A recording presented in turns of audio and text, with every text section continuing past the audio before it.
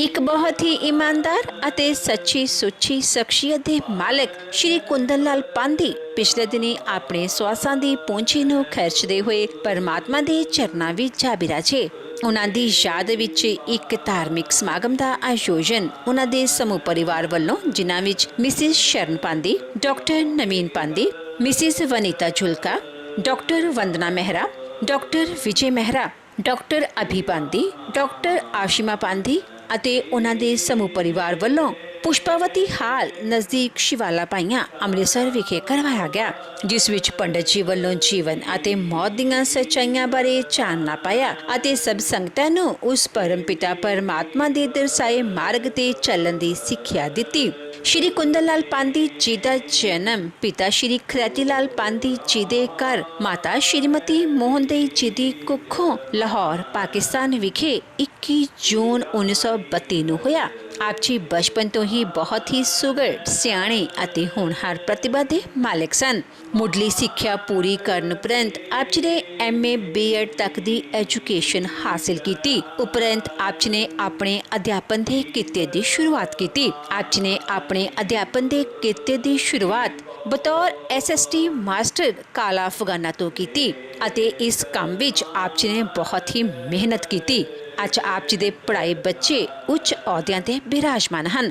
ਉਪਰੰਤ ਆਪ ਜੀ ਬਤੌਰ ਪ੍ਰਿੰਸੀਪਲ ਸਰਕਾਰੀ senior secondary school Hakimanwala gate Amritsar ਤੋਂ ਰਿਟਾਇਰ ਹੋਏ। ਆਪ ਜੀ ਦਾ ਵਿਆਹ ਸ਼੍ਰੀਮਤੀ ਸ਼ਰਨ ਪਾਂਧੀ ਜੀ ਹੁਣਾਂ ਨਾਲ ਹੋਇਆ। ਵਿਆਹ ਉਪਰੰਤ ਆਪ ਜੀ ਨੇ ਆਪਣੀਆਂ ਪਰਿਵਾਰਕ ਜ਼ਿੰਮੇਦਾਰੀਆਂ ਨੂੰ ਬਖੂਬੀ ਨਿਭਾਇਆ। ਆਪ ਜੀ ਦੇ ਪਤਨੀ ਮਿਸਿਸ ਸ਼ਰਨ ਪਾਂਧੀ ਵੀ ਹਿੰਦੀ ਵਿੱਚ BA ਆਨਰਸ ਹਨ ਅਤੇ ਆਪ ਜੀ ਦੇ ਪਤਨੀ ਹਮੇਸ਼ਾ ਹੀ ਆਪ ਜੀ ਦੇ ਨਾਲ ਕੰਧਾ ਮਿਲਾ ਕੇ ਚੱਲੇ ਅਤੇ ਆਪ ਜੀ ਦੀ ਆਰਥਿਕ ਅਤੇ ਮਾਨਸਿਕ ਉੱਨਤੀ ਵਿੱਚ ਆਪ ਜੀ ਦੇ ਪਤਨੀ ਮਿਸਿਸ ਸ਼ਰਨ ਪਾਂਧੀ ਜੀ ਦਾ ਬਹੁਤ ਹੀ ਉੱਘਾ ਯੋਗਦਾਨ ਸੀ। ਆਪ ਜੀ ਦੇ ਘਰ 2 ਬੱਚਿਆਂ ਨਵੀਨ ਪਾਂਧੀ ਅਤੇ ਵੰਦਨਾ ਨੇ ਜਨਮ ਲਿਆ। ਆਪ ਜੀ ਨੇ ਆਪਣੇ ਬੱਚਿਆਂ ਨੂੰ ਖੂਬ ਚੰਗੇ ਸੰਸਕਾਰ ਦਿੱਤੇ, ਪੜ੍ਹਾਇਆ ਲਿਖਾਇਆ ਅਤੇ ਸਮਾਜ ਦੇ ਚੰਗੇ ਨਾਗਰਿਕ ਬਣਾਇਆ। ਅੱਜ ਆਪ ਜੀ ਦੇ ਬੇਟੇ ਡਾਕਟਰ ਨਵੀਨ ਪਾਂਧੀ ਜੀ MD ਚੈਸਟ ਸਪੈਸ਼ਲਿਸਟ ਹਨ ਅਤੇ head of the chest department medical college Amritsar ਵਿਖੇ ਮੈਡੀਕਲ ਸੁਪਰਡੈਂਟੈਂਟ ਦੇ ਤੌਰ ਤੇ TB and chest hospital Amritsar ਵਿਖੇ ਸੇਵਾਵਾਂ ਨਿਭਾ ਰਹੇ ਹਨ, ਜਦੋਂ ਕਿ ਉਹਨਾਂ ਦੇ ਪਤਨੀ ਮਿਸਿਸ ਵਨੀਤਾ ਝੁਲਕਾ ਜੀ government senior secondary school Sultanpur ਵਿਖੇ ਬਤੌਰ ਕੈਮਿਸਟਰੀ ਦੇ ਲੈਕਚਰਰ ਸੇਵਾਵਾਂ ਨਿਭਾ ਰਹੇ ਹਨ। ਆਪ ਜੀ ਦੀ ਬੇਟੀ ਵੰਦਨਾ ਮਹਿਰਾ ਜੀ ਵੀ ਕਿੱਤੇ ਵਜੋਂ ਡਾਕਟਰ ਹਨ ਅਤੇ ਉਹਨਾਂ ਦੇ ਪਤੀ doctor Vijay Mehra ji head of the pathology department in government medical college Amritsar ਵਿਖੇ ਆਪਣੀਆਂ ਸੇਵਾਵਾਂ ਪ੍ਰਦਾਨ ਕਰ ਰਹੇ ਹਨ। ਆਪ ਜੀ ਦੇ ਪੋਤਰੇ ਡਾਕਟਰ ਅਭੀ ਪਾਂਧੀ ਵੀ ਅਮਰੀਕਾ ਵਿਖੇ ਨਿਊਰੋਲੋਜਿਸਟ ਹਨ ਅਤੇ ਆਪ ਜੀ ਦੀ ਪੋਤਰੀ ਡਾਕਟਰ ਆਸ਼ੀਮਾ ਪਾਂਧੀ ਵੀ ਅਮਰੀਕਾ ਵਿਖੇ ਹੀ ਬੱਚਿਆਂ ਦੇ ਮਾਹਿਰ ਵਜੋਂ ਸੇਵਾਵਾਂ ਨਿਭਾ ਰਹੇ ਹਨ। ਸ਼੍ਰੀ ਕੁੰਦਨ ਲਾਲ ਪਾਂਧੀ ਜੀ ਬਹੁਤ ਹੀ ਉੱਚੀ ਸੋਚ ਵਾਲੇ ਅਤੇ ਪਰਮਾਤਮਾ ਨੂੰ ਮੰਨਣ ਵਾਲੇ ਸ਼ਖਸੀਅਤ ਸਨ। ਆਪ ਜੀ ਹਰ ਉਮਰ ਦੇ ਲੋਕਾਂ ਨੂੰ ਪਿਆਰ ਕਰਿਆ ਕਰਦੇ ਸਨ ਅਤੇ ਹਰ ਇੱਕ ਦਾ ਬਣਦਾ ਮਾਣ ਸਤਿਕਾਰ ਕਰਨ ਵਾਲੀ ਸ਼ਖਸੀਅਤ ਸਨ। ਆਪ ਜੀ ਗਰੀਬਾਂ ਅਤੇ ਦੀਨ ਦੁਖੀਆਂ ਦੇ ਹਮਦਰਦ ਸਨ। ਸ਼੍ਰੀ ਕੁੰਦਨ ਲਾਲ ਪਾਂਧੀ ਜੀ ਨੇ ਸਾਰੀ ਜ਼ਿੰਦਗੀ ਖੂਬ ਮਿਹਨਤ ਕੀਤੀ ਅਤੇ ਖੂਬ ਨਾਮਣਾ ਖਟਿਆ। ਆਪ ਜੀ ਬਹੁਤ ਹੀ ਡਾਊਨ ਟੂ ਅਰਥ ਇਨਸਾਨ ਸਨ ਅਤੇ ਆਪ ਜੀ ਆਪਣੇ ਪੋਤੇ ਪੋਤੀਆਂ ਨੂੰ ਬਹੁਤ ਹੀ ਪਿਆਰ ਕਰਿਆ ਕਰਦੇ ਸਨ। ਆਪ ਜੀ ਨੇ ਜਿੱਥੇ ਆਪਣੇ ਬੱਚਿਆਂ ਨੂੰ ਸਹੀ ਸੇਧ ਦੇ ਕੇ ਉਹਨਾਂ ਨੂੰ ਸਮਾਜ ਦੇ ਚੰਗੇ ਨਾਗਰਿਕ ਬਣਾਇਆ, ਉੱਥੇ ਹੀ ਆਪ ਜੀ ਨੇ ਆਪਣੇ ਪੋਤਰੇ ਅਤੇ ਪੋਤਰੀ ਦੀ ਪਰਵਰਿਸ਼ ਵੀ ਬਹੁਤ ਹੀ ਸਹੀ ਤਰੀਕੇ ਨਾਲ ਕੀਤੀ, ਜਿਸ ਦੀ ਬਦੌਲਤ ਅੱਜ ਆਪ ਜੀ ਦੇ ਪੋਤਰੇ ਡਾਕਟਰ ਅਭੀ ਪਾਂਧੀ ਅਤੇ ਪੋਤਰੀ ਡਾਕਟਰ ਆਸ਼ੀਮਾ ਪਾਂਧੀ ਵੀ ਅਮਰੀਕਾ ਵਿਖੇ ਡਾਕਟਰ ਵਜੋਂ ਸੇਵਾਵਾਂ ਨਿਭਾ ਰਹੇ ਹਨ। ਸ਼੍ਰੀ ਕੁੰਦਨ ਲਾਲ ਪਾਂਧੀ ਜੀ ਹੁਣਾਂ ਨੇ ਜਿੰਨੀ ਵੀ ਜ਼ਿੰਦਗੀ ਇਸ ਦੁਨੀਆ ਤੇ ਬਸਰ ਕੀਤੀ, ਆਪਣੀਆਂ ਅਮਿੱਟ ਯਾਦਾਂ ਛੱਡੀਆਂ ਅਤੇ ਪਰਮਾਤਮਾ ਦੇ ਘਰ ਲਈ ਰੁਖਸਤ ਹੋਏ।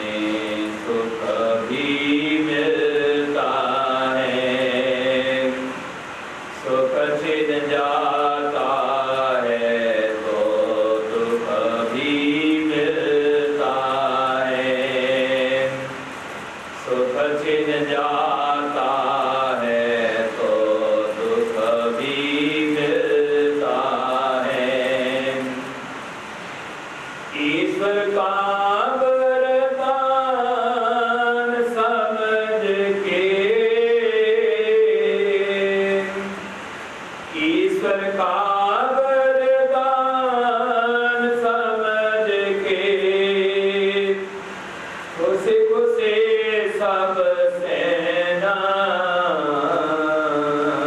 हो जपो मेरे भाई, ओ जपो मेरी मैना, ओ जपो मेरे भाई, ओ जपो मेरी मैना,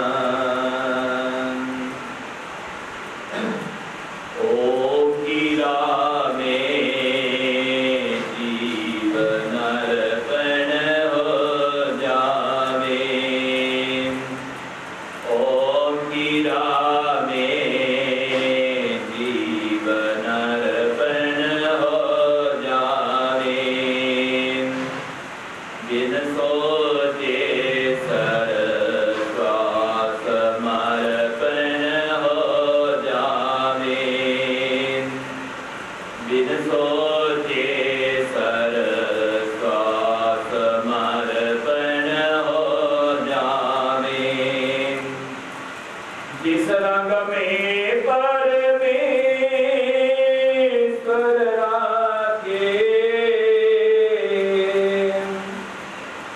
जिस रंग में परमेश्वर राखे, उसी रंग में रहना, ओ जपो मेरे भाई, ओ जपो मेरी मैना, ओ जपो मेरे भाई, ओ जपो मेरी मैना, अंत समय तक इस पानी से, अंत समय तक इस पानी से, ओम मई कहना, ओ जपो मेरे भाई, ओ जपो मेरी मैना, ओ जपो मेरे भाई, ओ जपो मेरी मैना।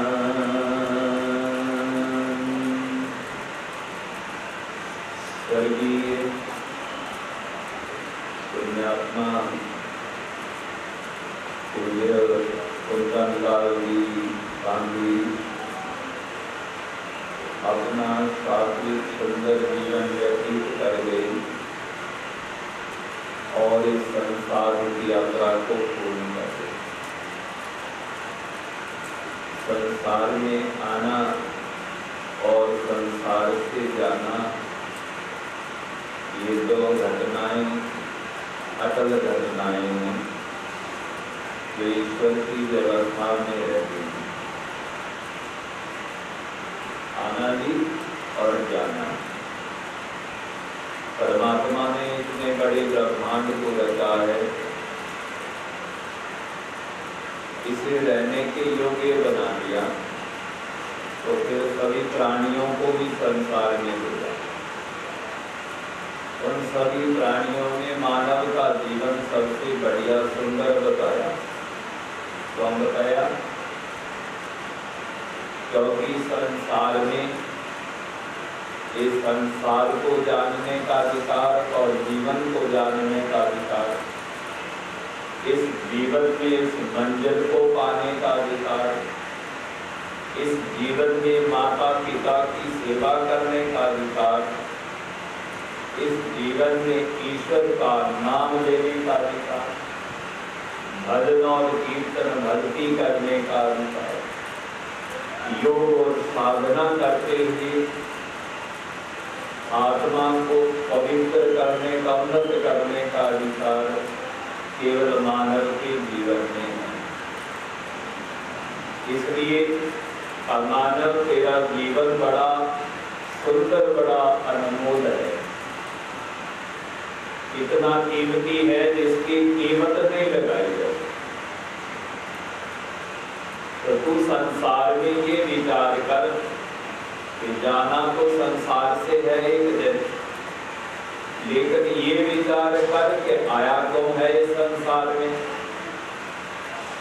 आने का कोई प्रयोजन है जिसके कारण संसार में प्राणी आता है। आत्मा तो अविनाशी बताया है। भगवान के श्री चंद्र महाराज गीता कामृत में ज्ञान देते हैं, उपदेश करते हैं, वहां पर आत्मा की परिभाषा बताते हुए अर्जुन को कहते हैं नैनम सदंति शास्त्राणि नैनम दहति पावता न चैनम कलेदियन्ति आपो न शोषयति मर्ता। संसार में आत्मा को कोई मार नहीं सकता। ऐसी कोई आग और हवा और पानी, कोई ऐसा अस्त्र और शस्त्र संसार में नहीं बना जो आत्मा का कुछ बिगाड़ दे। तो फिर इस संसार में मानव विचार करता है, संशय में पड़ता है कि आत्मा विनाशी है, फिर संसार में जन्म किसका होता है। तो ईश्वर की व्यवस्था में इस आत्मा को जो पवित्र है, जो सुंदर है, जो शाश्वत है, जो चेतन है, जिसका वजूद है, जो सदा रहने वाली है, जिसकी मृत्यु नहीं होती है, जिसके कारण हमारे जीवन की कीमत होती है, वो बिना शरीर रूपी साधन के संसार में अधूरी है, कुछ नहीं कर सकती। इसलिए उस दयालु परमात्मा ने आत्मा को मंजिल तक पहुंचने के लिए, आत्मा को कर्म फल भोगने के लिए, सुख दुख भोगने के लिए, संसार में फर्ज निभाने के लिए और ईश्वर के नाम के सहारे संसार से तरने के लिए एक साधन मात्र ये शरीर दिया है। जब इस आत्मा को ये शरीर मिलता है तो वो जन्म जीवन है और संसार में एक वियोग की घटना घट जाती है। जब आत्मा इस शरीर को छोड़ जाती है, उस घटना का नाम नहीं है। लेकिन जितने काल खंड तक जीवन है, मानव तो इस संसार में इस अपने जीवन का सदुपयोग भला कर। संसार में आत्मा का भला केवल मानव के जीवन में हो सकता है, क्योंकि परमात्मा ने कर्म करने का और धर्म कमाने का अधिकार इस संसार में केवल मानव को दिया। जीवन कैसे मिला इतने प्राणियों को संसार में? कई और प्राणी हैं जिनको कीट पतंग पशु पक्षियों का जीवन मिला है। पुराणों ने कहा 84 लाख योनियां हैं। हम आप सभी भी देखते हैं बहुत से प्राणी संसार में, और सभी के पास जीवन भी है और सभी अपने जीवन की रक्षा भी करना चाहते। आप किसी भी छोटे से बड़े प्राणी को ले लो, वो अपने जीवन को सुरक्षित बनाना चाहता है, वो मरना नहीं चाहता। वो संसार में ज्यादा से ज्यादा है।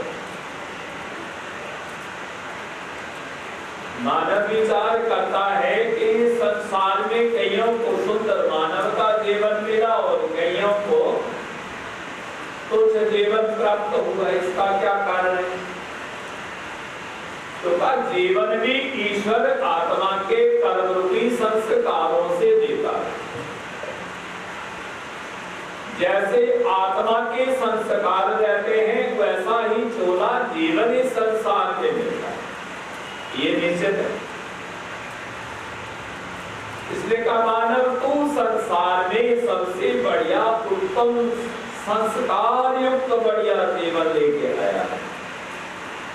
ये तेरे प्रारब्ध के कर्मों की कमाई का फल है जो तुझे मानव का जीवन है। और संसार में नए सुंदर कर्म करने का अधिकार दिया। हम आप सभी जब विद्वानों की, गुरुओं की, संत महात्माओं की शरण में जाते हैं, शास्त्रों का स्वाध्याय करते हैं, पठन पाठन करते हैं, भगवान किशनचंद्र महाराज ने तो पूरी गीता के अंदर कर्म के ऊपर विशेष बल दिया है। परमात्मा ने भी सृष्टि के आदि में जहाँ वेद का उत्तम ज्ञान दिया, वहां का क्रतो ओम क्रतो समर एक कर्मशील मनुष्य तो संसार के अंदर सर्वोत्तम कर्म करते हुए उस ईश्वर का नाम ले, जिसके नाम लेने से तू कर सकता है, संसार से पार हो सकता है, तेरे जीवन का उद्धार हो सकता है, आत्मा का विकास हो सकता है और आत्मा का भला हो सकता है। जब हम जीवन को धर्मयुक्त कर्मों में लिप्त कर देते हैं तो आत्मा संस्कारवान हो जाती है। ये इसलिए भी जरूरी है क्योंकि जब संसार से प्राणी जाता है तो सब कुछ छोड़ जाता है। संसार में भौतिक परिवार सब कुछ छोड़ जाता है, धन संपदा भी छोड़ जाता है, अपना शरीर भी छोड़ जाता है, अपने रिश्तेदारी भी छोड़ जाता है, अपनी सारी संपत्ति भी छोड़ जाता है। तो फिर जाता कौन है साथ? तो कहा जाता वो है जो इस जीवन में हमने आत्मा को संस्कार दिए हैं। बस वो हम जो अच्छा बुरा जो कर्म करते हैं, सच में करते हैं, झूठ में करते हैं, पाप करते हैं या पुण्य कमाते हैं, देखने में कुछ होता है, करने में कुछ होता है, दिखाने में कुछ और होता है। तो हम कर्म में भी लिप्त रहते हैं। मानव के मन की बात या तो मानव को स्वयं को पता होती है या परमात्मा को पता होती है, तीसरे को पता नहीं पड़ता। इसलिए भगवान किशनचंद्र महाराज ने अर्जुन को कहा, अर्जुन कहाँ भूला है, तुझे तो कर्म करना है, ये तेरा अधिकार है। और अगर तू निठल्ला बैठ गया तो भी तेरा मन तो कर्म करता रहेगा। तो परमात्मा ने हमें मन की शक्ति बड़ी भारी विचित्र बड़ी सुंदर दी, विलक्षण शक्ति। जितने भी संकल्प हैं अच्छे बुरे हम इस मन से लेते। मन जब सुधर जाता है तो कर्म सुधर जाते हैं और मन जब मनमानी करता है तो कर्म बिगड़ जाते हैं। इसलिए भगवान किशनचंद्र महाराज अर्जुन को बताते हैं कि मनसा वाचा कर्मणा एक समान।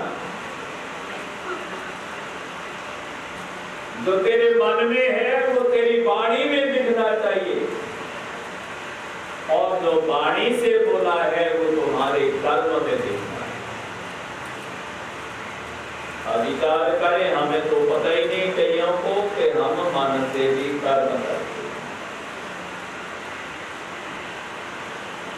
अगर तुम पाप से बचना चाहते हो, संसार में दो और ये शब्द बड़े प्रचलित रहते हैं, पाप और पुण्य।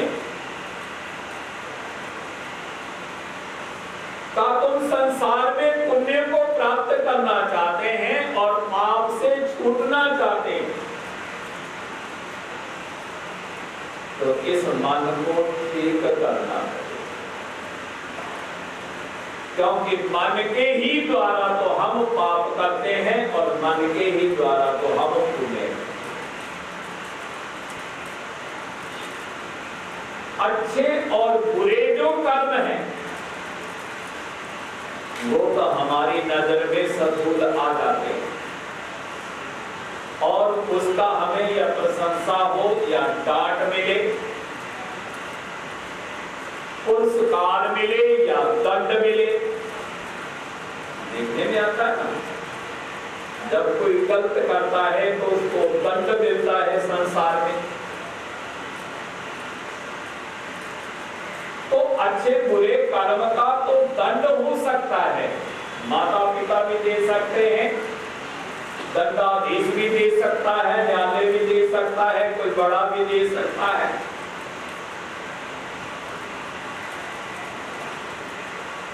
लेकिन जो पाप है उसका दंड देने वाला केवल परमात्मा। तो का संसार में मन से हम पाप करते हैं, क्योंकि मन की बात या हमें पता होती है या परमात्मा को पता होती है, तीसरे को पता नहीं होती। इसलिए वेद भगवान ने यहाँ पर क्या कह दिया, तन्मे मन शिव संकल्पमस्तु, तुम्हारा ये मन शिव संकल्पों से युक्त हो जाए, अच्छे संकल्पों को धारण करे, जिसके अच्छे कर्म के साथ संबंध हो।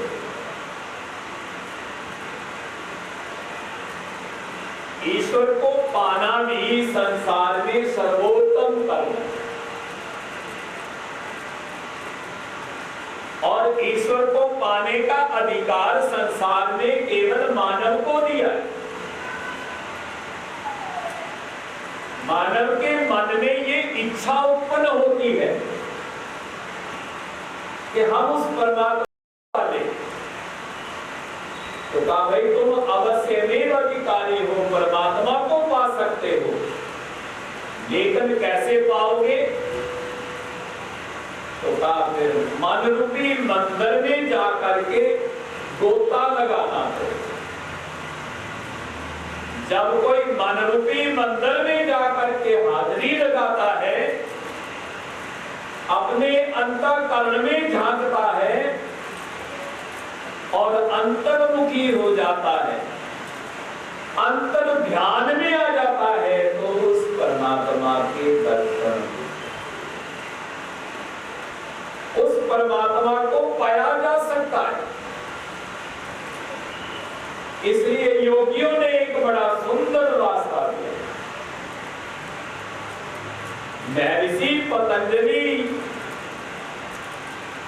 योग शास्त्र के माध्यम से उस परमात्मा को पाने का उपदेश किया,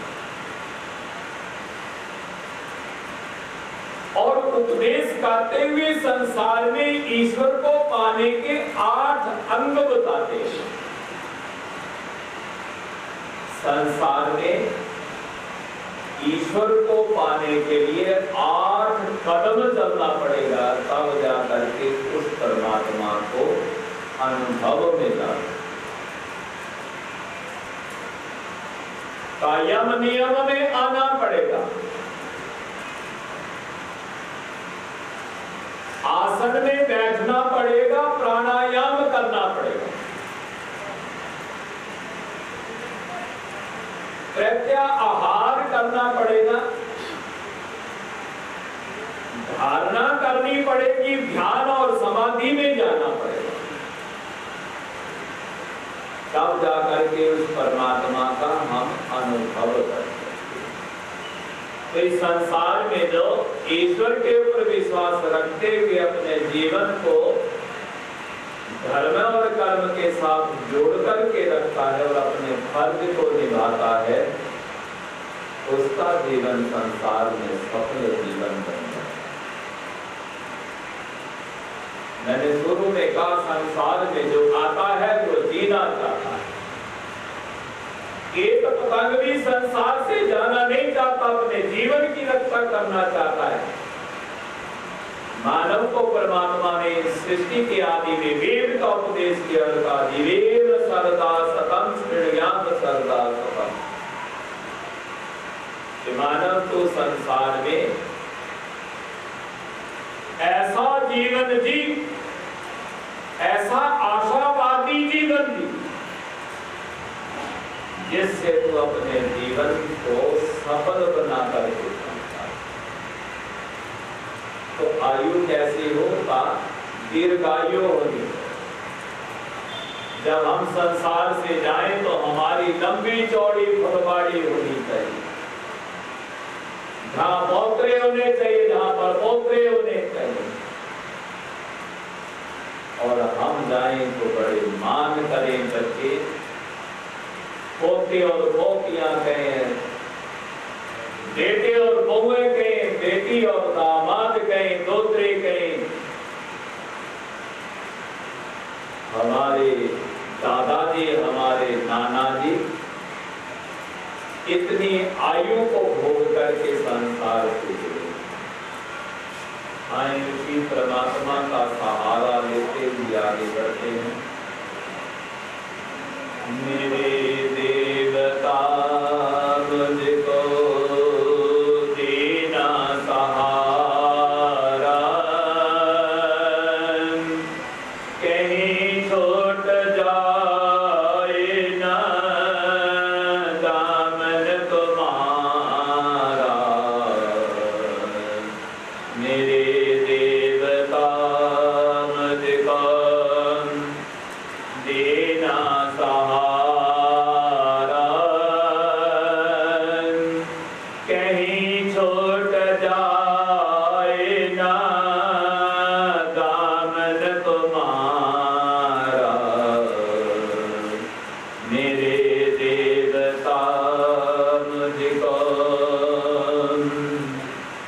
तेरे पथ से मुझको हटाती है दुनिया। तेरे पथ से मुझको हटाती है दुनिया। इशारे से मुझको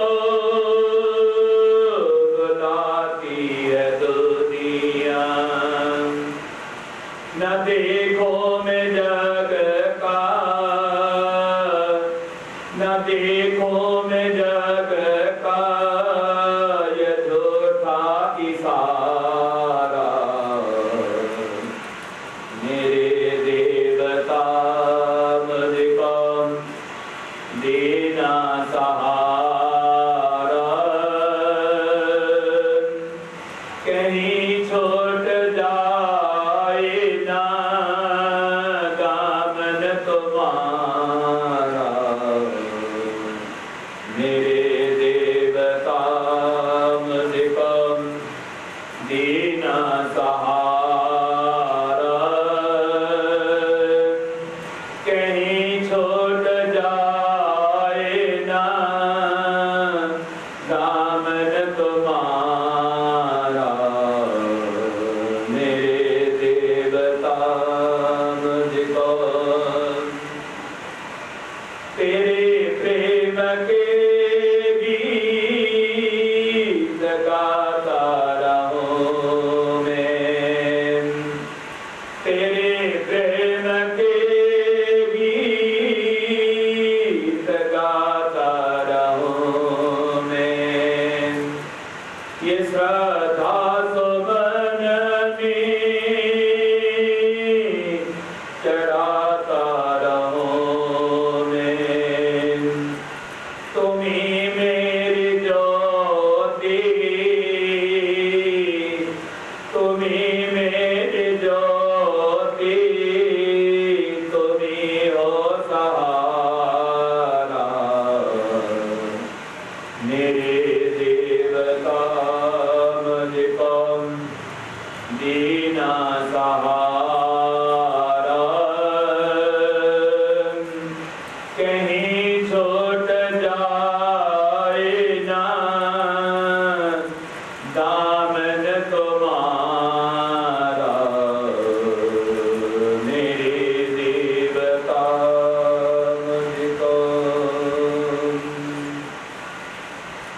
सिवा तेरे मन में समाए न कोई, सिवा तेरे मन में समाए न कोई, लगन का यदि बुझाए न कोई, सिवा तेरे मुझे को, सिवा तेरे मुझे को न हो कोई प्यारा, मेरे देवता मुझको देना सहारा, कहीं छूट जाए ना दामन तुम्हारा, मेरे देवता मुझको देना सहारा, कहीं छूट जाए ना दामन तुम्हारा, मेरे देवता मुझको। तो ईश्वर के सिवाय संसार में कौन है जो परमानेंट साथी बन सकता हो? मानव एक दूसरे के सहारा भी जरूरी है, परिवार भी जरूरी है, ये समाज भी जरूरी है, रिश्तेदारी भी जरूरी है, लेकिन एक दिन सभी मुंह घेर देंगे, जाना तुझे अकेले पड़ेगा, तो विचार कर जो तब भी साथ रहेगा वो केवल इस संसार में परमात्मा। तो कहा भाई तुम इस परमात्मा के सहारे संसार से कर जाओ, भवरूपी भवसागर से पार उतर जाओ, यही तुम्हारा आना इस संसार में सफल हो जाएगा। माता और पिता संसार में दो बड़े सुंदर देवता हैं, उनके बराबर कोई संसार में दूसरा नहीं। पिता की उपमा इस संसार में हृदय और आकाश के साथ, इस आकाश जैसा जो हृदय रखने वाला है, उसी का नाम संसार में पिता है। जिसका हृदय आकाश जैसा। धर्मराज ईश्वर से यक्ष महाराज ने सवाल किया कि आकाश बड़ा ऊंचा है, धर्मराज ये बता इस आकाश से ऊंचा कोई है? तो धर्मराज ईश्वर कहते महाराज संसार में आकाश की ऊंचाइयों को कोई छू नहीं सकता, लेकिन एक देवता संसार में है, जब उसे देखते हैं तो आकाश की ऊंचाई भी कम पड़ जाती है, और वो कोई दूसरा नहीं मेरा पिता है। तो भाई बच्चों के लिए पिता के बहुत बड़े उपकार हैं। इस मानव के जीवन में जहां हमें मंजिल को पाना है,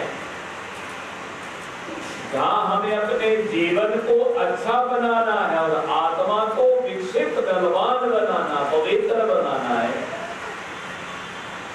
इस संसार में जहां अपने बच्चों को योग्य बनाना है और फर्ज को निभाना है, इस मानव के जीवन में जहां अपने जीवन को जीकर के इस परमात्मा के भक्ति में, उसके नाम में भी अपने आप को लगाना है, वहीं पर एक और विशेष काम मानव के जीवन में है, जो कहीं पर किसी जीवन में नहीं हो सकता, और वो जीवन में माता और पिता का ऋण है। हम सभी के ऊपर अपने माता और पिता का ऋण है, और ऋण है तो वो चुकाना पड़ेगा, और चुकाना है तो कैसे चुकाएंगे, कब चुकाएंगे और कब मौका मिलेगा चुकाने का ये भी मानव को चिंतन करना। माता पिता का ऋण केवल मानव के जीवन में छूट सकता है, क्योंकि मानव के जीवन में ही हमें पूर्ण पहचान है अपने माता पिता का। तुम संसार में अपने माता पिता के ऋण को अपने बच्चों को भी अच्छी शिक्षा और संस्कार देना, जिससे तुम्हारी कुल की परंपरा और संस्कृति सुरक्षित रह सके, जिससे हमारे समाज का विकास और राष्ट्र का भला हो जाए। आज उपद्रव है, हम इस निर्माण के कार्य से भटक गए। ध्यान दो, शास्त्रकार ने यहाँ पर यह भी कहा कि माता और पिता का स्थान इस आकाश से ऊंचा है। वहीं पर यह भी कह दिया माता पिता निर्माता होती, माता पिता निर्माण करने का। तो वो अपने बच्चों का अच्छा सुंदर निर्माण है, उन्हें अच्छी शिक्षा और संस्कार मिल पाए।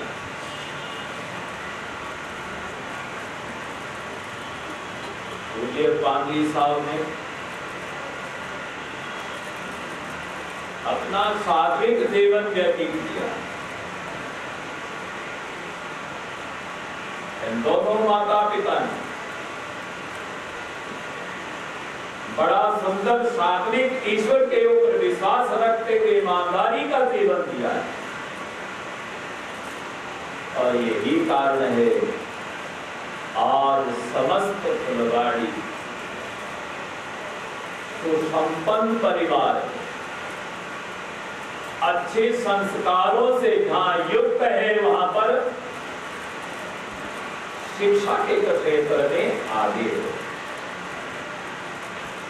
चिकित्सा के क्षेत्र में आकाश की ऊंचाइयों को छूता है।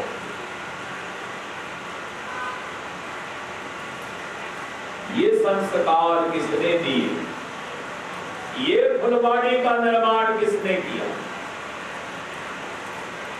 ये माता और पिता ने। इसलिए शास्त्रकार ने यहाँ पर क्या कहा, माता पिता निर्माता भवति। संसार में जब सुंदर निर्माण होता है तो जीवन बढ़िया बनता है, उनकी कीर्ति आगे बढ़ती है, और माता और पिता का ऋण चुकता होता है। इसलिए भाई माता और पिता के ऋण को चुकाना है तो अपने बच्चों को अच्छी शिक्षा और संस्कार देकर के संसार से जाना। धन संपदा पैसा ना भी दे सके तो कोई बात नहीं, लेकिन संस्कारों का होना बड़ा जरूरी है। संस्कार नहीं होंगे, अच्छा व्यवहार नहीं होगा, सुंदर जीवन नहीं होगा, अच्छा स्वभाव नहीं होगा, तो फिर ऐसी धन संपदा का भी कोई फायदा नहीं। इसलिए इंसान की पहचान तो उसके व्यवहार से है, उसके संस्कारों से है, उसकी संस्कृति से है। राष्ट्र का सुंदर निर्माण भी इसके ऊपर निर्भर हुआ करता है। इसलिए जो परिवार से निकलेगा वो समाज में जाएगा, समाज में से जो निकलेगा वो राष्ट्र में जाएगा, वो राष्ट्र की उन्नति का कारण बनेगा, वो राष्ट्र के कल्याण का कारण बनेगा। ये भी विचार करना है, ये माता और पिता का उत्तरदायित्व।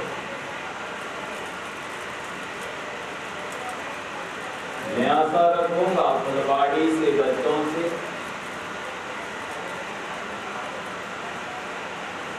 स्वर्गीय महान आत्मा पूज्य पिता श्री कुंदनलाल पांडे जी, जो अपना सात्विक जीवन व्यतीत कर गए हैं, ईश्वर के दरबार में हाथ जोड़कर प्रार्थना करते हैं प्रभु उस महान आत्मा को अपने चरणों में स्थान दे, में सदगति आत्मिक शांति प्राप्त हो। मैं आशा रखूंगा फुलवाड़ी से जो उच्च आदर्श आपके पिताजी ने बनाए, सभी बच्चे फुलवाड़ी उनके पद चिन्हों पर चिरंजीव सुपुत्र डॉक्टर नवीन पांडे जी, पुत्र बधू गणिता पांडे जी,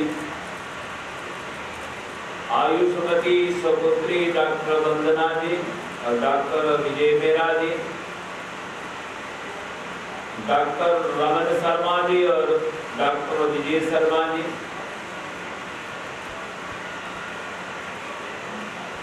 चिरंजीव पौत्र और पौत्री और दोत्रियां डॉक्टर अभी पांडे जी और डॉक्टर आसना जी, डॉक्टर अदिति मेहरा जी, डॉक्टर अक्षिता मेहरा जी। मैं समस्त पांडी परिवार से और समस्त मेरा परिवार से आशा रखूंगा जो उच्च आदर्श पिताजी ने बनाए, सभी बच्चे फुलवाड़ी उनके पद चिन्हों पर हमेशा चले। माँ से बड़ा कोई संसार में देवता नहीं। जिस घर में माँ हो और माँ की सेवा करने वाले बच्चे हो और माँ हृदय से आशीर्वाद अपनी फुलवाड़ी को देने वाली हो, तथा वो घर स्वर्ग के समान। जीवन साथी जब जाता है, साथ छोड़ जाता है, तो दूसरे साथी को बड़ा कष्ट रहता है, ये स्वाभाविक है। और फिर जब बच्चे माँ की खूब सेवा करते हैं और खूब आशीर्वाद झोली में डालते हैं, तो माँ को एक नई उत्साह उमंग उत्पन्न होती है अपने जीवन को जीने की, आशीर्वाद देने की। बहुत बड़ा सहारा और धैर्य मिलता है। आशा रखूंगा आप बच्चे पूज्य माता जी की सेवा में हमेशा रहें। माता शरण पांडे जी, पांडे जी के सुयोग्य भाई doctor Ravindra Pandey ji, Sudarshan ji, doctor Satish Pandey ji, doctor कमला जी, बहने कुसुम जी, डॉक्टर नरेंद्र श्याल जी, सुमन जी, कृष्ण बलदेव गोरा जी। मैं आप सभी बड़ों की आशा रखूंगा इन बच्चों के ऊपर, फुलवाड़ी के ऊपर आप सभी का आशीर्वाद बरकरार करे। आप सभी के मार्गदर्शन में ये बच्चे जीवन में खूब नाम, यश और कीर्ति कमाएं और अपने पिताजी का नाम रोशन करें। ईश्वर समस्त फुलवाड़ी को, पांडे परिवार को हमेशा सुखी स्वस्थ दीर्घायु वाला बनाए। यही श्रद्धांजलि उनके चरणों में है। आए एक बार मिलकर के सभी गायत्री मंत्र का पाठ करते हैं। ओम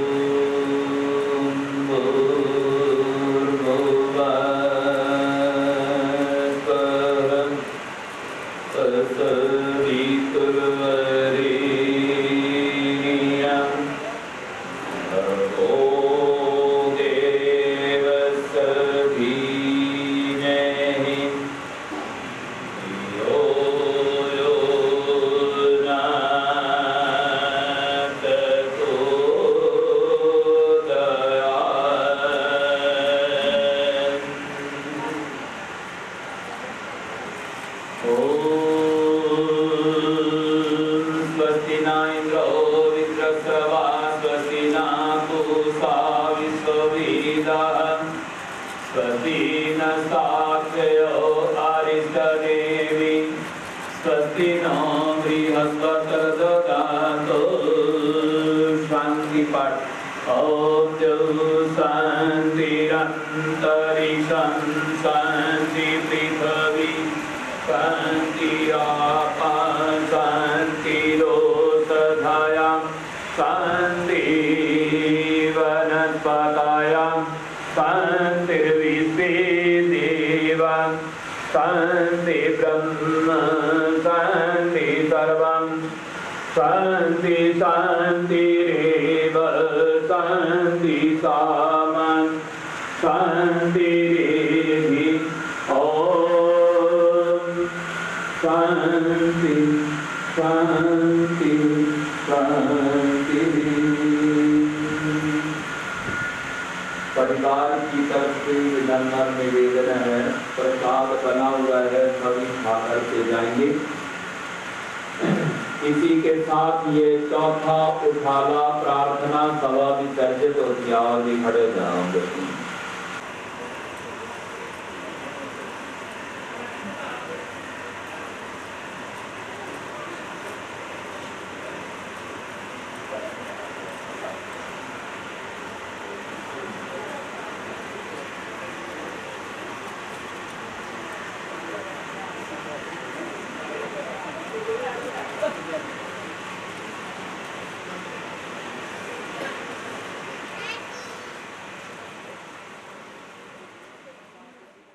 ਅੱਜ ਕੁੰਦਨ ਲਾਲ ਪਾਂਧੀ ਜਿਹੜੇ ਕਿ ਉਹਨਾਂ ਦੀ ਅੰਤਮ ਕਿਰਿਆ ਦੇ ਵਿੱਚ ਅਸੀਂ ਸ਼ਾਮਲ ਹੋਏ ਹਾਂ, ਜਿਹੜੇ ਪਿਛਲੇ ਦਿਨੀ ਸਵਾਸ ਛੱਡ ਗਏ ਡਾਕਟਰ ਨਵੀਨ ਪਾਂਧੀ ਦੇ ਫਾਦਰ ਸਾਹਿਬ, ਔਰ ਬਹੁਤ ਚੰਗੇ ਸੁਭਾਅ ਦੇ ਮਾਲਿਕ, ਬਹੁਤ ਵਧੀਆ ਸੋਚ ਦੇ ਮਾਲਿਕ, ਔਰ ਉਹਨਾਂ ਦੀ ਸੋਚ ਦਾ ਅੰਦਾਜ਼ਾ ਤੁਸੀਂ ਡਾਕਟਰ ਨਵੀਨ ਪਾਂਧੀ ਜੀ ਤੋਂ ਲਾ ਸਕਦੇ ਜੇ, ਉਹਨਾਂ ਦੀ ਸ਼ਖਸੀਅਤ ਦਾ ਅੰਦਾਜ਼ਾ ਤੁਸੀਂ ਪਾਂਧੀ ਸਾਹਿਬ ਤੋਂ ਲਾ ਸਕਦੇ ਜੇ।